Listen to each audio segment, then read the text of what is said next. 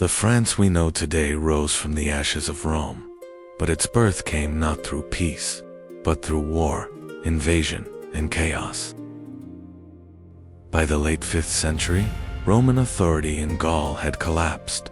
In its place stood a patchwork of peoples and kingdoms fighting for control.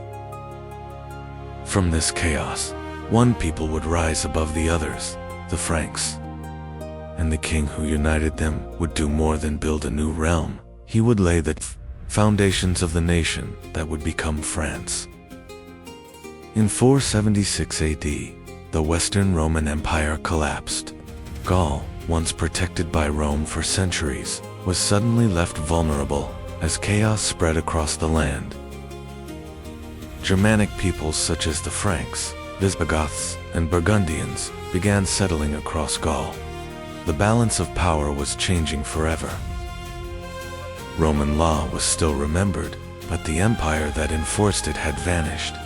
The people were witnessing the birth of a new order. From this turmoil, one people would rise above the rest. They were the Franks, and the kingdom they built would one day become France. In northern Gaul, the Franks were just one of many Germanic tribes. But unlike most others, they possessed a remarkable ability to unite under powerful leaders. In 481 AD, a young warrior became king. His name was Clovis, and his leadership would change the destiny of the Franks forever. Clovis was more than a warrior. He was an ambitious ruler, determined to unite the rival Frankish tribes into a single kingdom. Few realized it at the time, but Clovis's first steps were laying the foundation for one of Europe's most powerful kingdoms. One of Clovis's greatest obstacles was Syagrius, the last powerful Roman commander in Gaul. The two armies met near The fighting was fierce, but the Frankish warriors pushed the Roman army back and seized control of the battlefield. Syagrius fled. With his defeat, the last independent Roman authority in Gaul came to an end. The victory at Soissons was more than a battlefield success. It marked the beginning of the rise of the Frankish Kingdom. Clovis continued, expanding his kingdom, but new enemies emerged.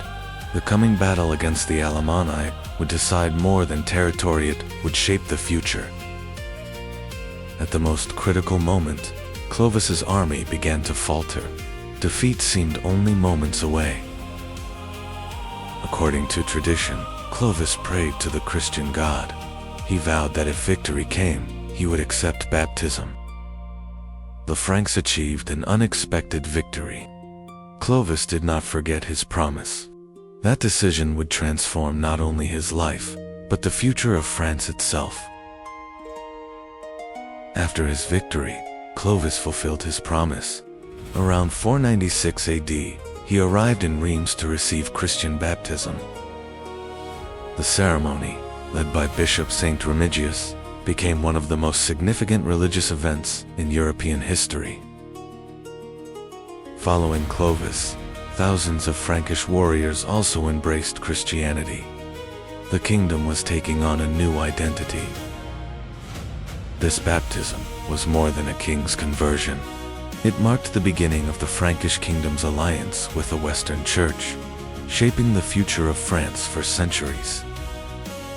After the death of Clovis, the Frankish Kingdom had become one of Europe's greatest powers, but its unity would not last for long.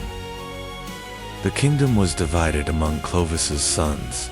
Rivalries and civil conflicts slowly weakened the strength of the Franks. Over time, real power shifted from the kings to the palace mayors.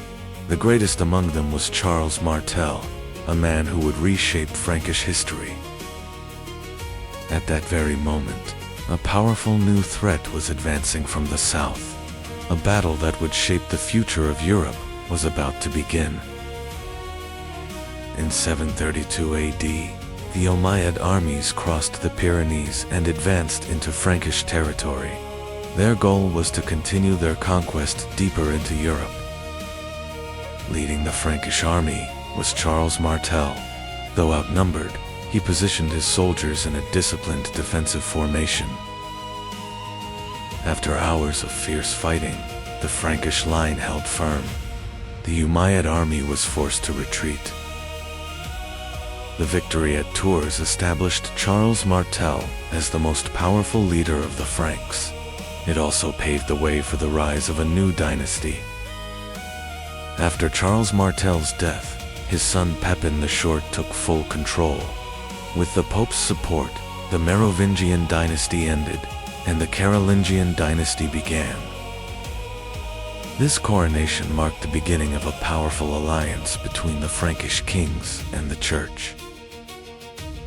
Pepin's greatest legacy was his son. Soon, Charlemagne would rise to power and reshape not only the Franks, but all of Europe. In 768 AD, Charlemagne became king. His reign would transform the Frankish Kingdom into the greatest power in Europe, opening a new chapter in history. After becoming king, Charlemagne wasted no time. He conquered the Lombards, the Saxons, and many other kingdoms, rapidly expanding Frankish territory. Before long, most of Western Europe came under his rule. The Frankish Kingdom was becoming an empire. In the year 800, Pope Leo III crowned Charlemagne emperor in Rome. For the first time in centuries, the West had an emperor again. The empire built by Charlemagne shaped not only the Franks, but also the political and cultural foundations of medieval Europe.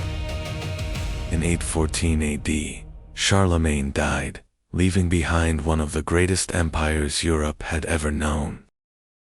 But the empire did not remain united for long. Struggles over the inheritance quickly erupted once again.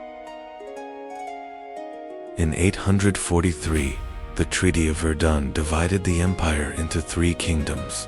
West Francia became the foundation of the future Kingdom of France. A new era had begun. Over the centuries, West Francia would evolve into the Kingdom of France. West Francia now faced a new danger. Viking raids from the north threatened the kingdom's survival. In 911, King Charles granted land to the Viking leader Rollo. The Duchy of Normandy was born. In 987, Hugh Capet was crowned king. His dynasty marked the true beginning of medieval France. The age of the Franks had passed. The Kingdom of France was emerging, destined to become one of Europe's greatest powers. The Capetian kings steadily expanded their power. Under Philip II, the kingdom grew stronger and royal authority became firmly established. The victory at Bouvines in 1214 established France as one of Europe's leading kingdoms. Paris rapidly grew into one of Europe's greatest centers of trade, learning, and culture. But a dispute over the French crown with England would soon drag France into a conflict that would last for more than a century. The 100 Years' War began in 1337, bringing devastation to France. In the early years, England won a series of major victories. The defeat at Agincourt pushed France to the brink of collapse. Much of the kingdom fell under English control. France's future looked hopeless. Many believed the war was already lost. Just when all hope seemed lost, a young girl appeared who would change the course of history. Her name was Joan of Arc. In 1429, Joan of Arc broke the siege of Orleans, restoring hope to the French army. Her courage transformed the spirit of the French army, and the tide of the war began to turn. In 1431, Joan of Arc was captured and executed, but her sacrifice continued to inspire the French people. In 1453, the war came to an end. France emerged victorious and began rising once again as a strong, united kingdom. After the war, France recovered rapidly. The Renaissance brought new life to art, science, and architecture. But in the 16th century, religious wars plunged the kingdom into chaos once again. France stood on the brink of division. Henry IV ended the civil wars and restored stability. France was becoming powerful once again. The stage was now set for the ruler who would make France Europe's dominant power, Louis XIV. Under Louis XIV, France became Europe's most powerful kingdom. The Palace of Versailles became the symbol of that power. But magnificent palaces and endless wars gradually drained the kingdom's treasury. The people struggled under heavy taxes. Their growing anger foreshadowed a revolution that would change history forever. Soon, an event would transform France and the world, the French Revolution. But that is a story for the next chapter. In 1789, the fall of the Bastille marked the beginning of the French Revolution. Centuries of absolute monarchy were collapsing. King Louis XVI was executed. The old order had fallen, and France entered a new era. After the revolution, Napoleon rose to power. France was about to reshape not only Europe, but the world. From scattered tribes to one of Europe's greatest powers, France's journey had transformed history. Yet its greatest chapter was only beginning. Continue in Part 2. The Revolution of 1789 changed not only France, but the future of all Europe. As absolute monarchy declined, the ideals of liberty and equality spread across the world. Soon, a young commander would emerge and reshape Europe. His story is told in our dedicated Napoleon documentary. France's story does not end here. In the next chapter, we'll witness the birth of modern France after the Revolution.